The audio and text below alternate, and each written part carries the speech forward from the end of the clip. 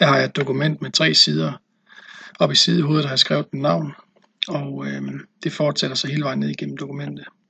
Hvis jeg nu vil have et andet navn på side 2, så gør jeg det ved, at jeg klikker øverst på side 1, vælger layout, skift og vælger fortløbende. Herefter højre klikker jeg i sidehovedet på side 2 og trykker redigere sidehoved.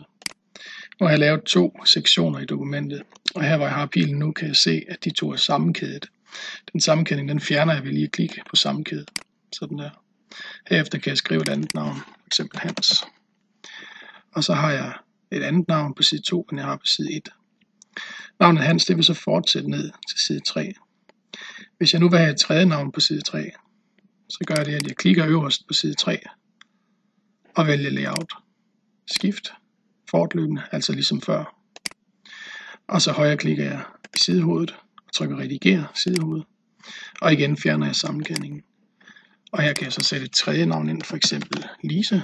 Og så har jeg det navn. Og på side 2 har jeg Hans.